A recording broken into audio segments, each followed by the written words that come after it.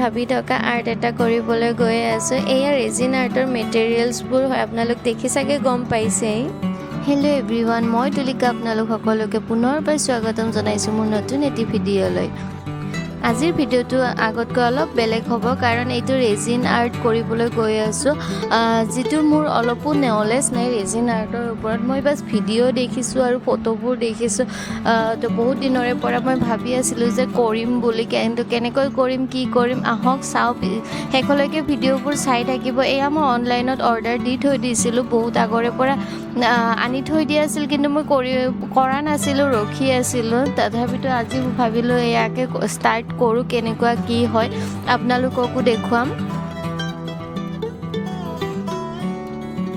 এয়া ৰেজিন আৰ্টৰ গোটেইখিনি কিট মই একেলগে অনলাইনত অৰ্ডাৰ দিছিলোঁ ৰেজিন আৰ্টৰ আছিলে দুটা বটল এয়া এটা হ'ল হাৰ্ডনাৰ আৰু এটা হ'ল ৰেজিন 2:1 আছিলে তাৰপিছত পেষ্ট পিগমেণ্ট আছিলে pearl powder glitter powder keychain ring alphabet keychain mould 4 ইঞ্চৰ কোষ্টাৰ মোল্ড তাৰপিছত disposable cups wooden mix sticks আৰু হেণ্ড গ্লাভছ আছিলে এইটো দিয়াই আছিলে এইবোৰ লগতে চ' এতিয়া মই ষ্টাৰ্ট কৰিবলৈ গৈ আছোঁ প্ৰথমতে মই হেণ্ড গ্লাভছযোৰ পিন্ধি ল'ম ইম্পৰ্টেণ্ট হয় পিন্ধি ল'বৰ কাৰণে সেইকাৰণে এইটো হেণ্ড গ্লাভছযোৰ দিয়া যায় লগতে চ' এতিয়া মই ষ্টাৰ্ট কৰিম প্ৰথমতে মই ৰেজিন লৈ ল'ম 2:1 মানে ধৰি লওক আপুনি যদি ৰেজিন 100% লৈছে তেতিয়াহ'লে আপুনি হাৰ্ডনাৰটো 50% ল'ব লাগিব মই ফাৰ্ষ্ট বনাম যেতিয়া বহুত বেছিকৈ নলওঁ সেইটো কাৰণে মই এয়া সৰু জোখৰ এটা মেজাৰমেণ্ট কাপ লৈ লৈছোঁ দুটা কাপ মই ৰেজিন লৈ ল'ম ফাৰ্ষ্টতে এনেকৈ তাৰপিছত মই হাৰ্ডনাৰ এটা কাপ লৈ ল'ম এনেকৈ মই জুখি ইয়াৰ ৰেজিন দুটা কাপ লৈ লৈছোঁ ইয়াৰ পিছত মই হাৰ্ডনাৰটো এটা কাপ এনেকৈ মিক্স কৰি দিম মিক্স কৰোঁতে অলপ টাইম লাগিব কাৰণ বহুত স্পীডতো এইটো মিক্স কৰিব নোৱাৰে আৰু যেতিয়ালৈকে একদম ধুনীয়াকৈ ট্ৰান্সপেৰেণ্ট হৈ নাযায় তেতিয়ালৈকে এইটো গুলিয়ে থাকিব লাগিব যেতিয়ালৈকে ট্ৰান্সপেৰেণ্ট হৈ নাযায় তেতিয়ালৈকে গোটেইটো এইটো গুলি থাকিব লাগিব আৰু লগতে বাবল যাতে নুঠে সেইটোৱে চাব লাগিব এনেকৈ 10 মিনিটছমান মই কমপ্লিট মিক্স কৰি ল'ম তাৰপিছত মই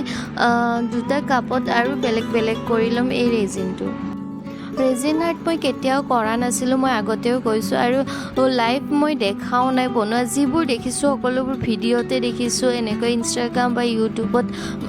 দেখি থাকোঁ খুব ভাল লাগে কিন্তু এইবাৰ ফাৰ্ষ্ট টাইম মই এনেকৈ বনাবলৈ গৈ আছোঁ এয়া চাই লওক মোৰ মিক্স কৰা হৈ গৈছে ইয়াৰে পিছত মই আৰু দুটা ডিছপ'জেবল কাপ লৈ লৈছোঁ তাতে আধাকৈ মই অলপকৈ লৈ লৈছোঁ আৰু তাতে মই পিগমেণ্ট আৰু কালাৰবোৰ মিক্স কৰিম প্ৰথমতে মই হোৱাইট পাউডাৰটো এটা কাপত মিক্স কৰি ল'ম বেছি নিদিওঁ একদম কম পৰিমাণে মিক্স কৰিম কাৰণ আইডিয়া নাই যে কিমানখিনি মিক্স কৰিলে কেনেকুৱা হ'ব চ' ফাৰ্ষ্ট ট্ৰাই কৰি চাম তো মই সেইকাৰণে অলপ লৈ লৈছোঁ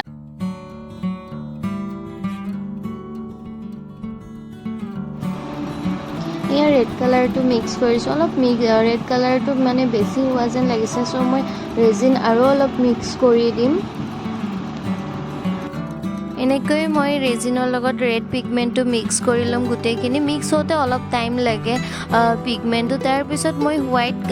কালাৰ যিটো পাউডাৰ মিক্স কৰিছিলোঁ সেইটো মই ভালদৰে মিক্স আপ কৰি ল'ম ইয়াৰে পিছত মই ৰেজিনটো বনাবলৈ ৰেডি হৈ গ'ল তাৰ কাৰণে মই 4 ইঞ্চৰ কোষ্টাৰ মোল্ডটো লৈ লৈছোঁ এইটো যিটো মই অৰ্ডাৰ দিছিলোঁ ৰেজিনৰ লগতে আহিছিলে বেছি ডাঙৰ নহয় 4 ইঞ্চৰ হয় প্ৰথমতে মই ইয়াতে ট্ৰাই কৰোঁ বুলি লৈ ল'লোঁ সেইকাৰণে প্ৰথমতে নাজানো কি ডিজাইন বনাম একো মাথাত অহা নাই সেইকাৰণে যেনেকৈ পাইছোঁ সেনেকৈ ঢালিছোঁ আৰু তাৰপিছত এয়া ৰেড ঢালি এইবাৰ হোৱাইট পাউডাৰ যিটো মিক্স কৰিছিলোঁ সেইটো লৈ লৈছোঁ তাৰপিছত ট্ৰান্সপেৰেণ্ট যিটো ৰেজিন একো মিক্স কৰা নাই সেইটো মই ঢালি দিম একচুৱেলি হাতৰ লগত মিক্স নকৰিলেও হৈ যায় ৰেজিনটো ঢালি দিলে নিজে এটা শ্বেপ লৈ ধুনীয়াকৈ নিজে বহলি পিছত এটা বেলেগ ডিজাইন হৈ যায় কিন্তু মই চাইছোঁ আৰু নিজে হাতৰ লগত ডিজাইন দিব হয় নে নহয় চ' সেনেকৈয়ে মই অকণমান ট্ৰাই কৰি চাইছোঁ আৰু এটা কথা মন কৰিবলগীয়া ৰেজিন যেতিয়া বনাওঁ আমি তলত এটা সমান মানে যিকোনো ট্ৰে বা কিবা এটা লৈ ল'ব লাগে যাতে ৰেজিনটো এটা ছাইড আহি নপৰে হেলনীয়া নহয় মোৰ টেবুলখন অকণমান চাগে হেলনীয়া হৈ আছিলে তো ৰেজিনটো বেছিকৈ এটা ছাইডে আহি আছিল অলপ প্ৰব্লেম হৈছিলে কিন্তু ফাৰ্ষ্ট টাইম কাৰণে ইমান এটা আইডিয়া নাপালোঁ যেতিয়া মই ৰেজিনটো শুকাইছে তেতিয়াহে মই ধৰিব পাৰিছোঁ যে টেবুলখন অকণমান হেলনীয়া হৈ আছিলে এয়া ফাইনেলি গোটেইখিনি মই এনেকৈ কমপ্লিট কৰি দি দিলোঁ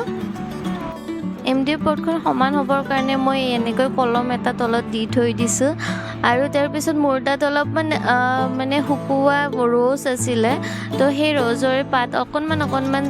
কাটি কাটি মই এনেকৈ দি দিছোঁ তাৰপিছত মই আকৌ ট্ৰান্সপেৰেণ্ট যিটো ৰেজিন মানে ৰেজিনটো একো নিমিলোৱাকৈ যিটো আছিলে সেইটো মই দি দিছোঁ ওপৰে এনেকৈ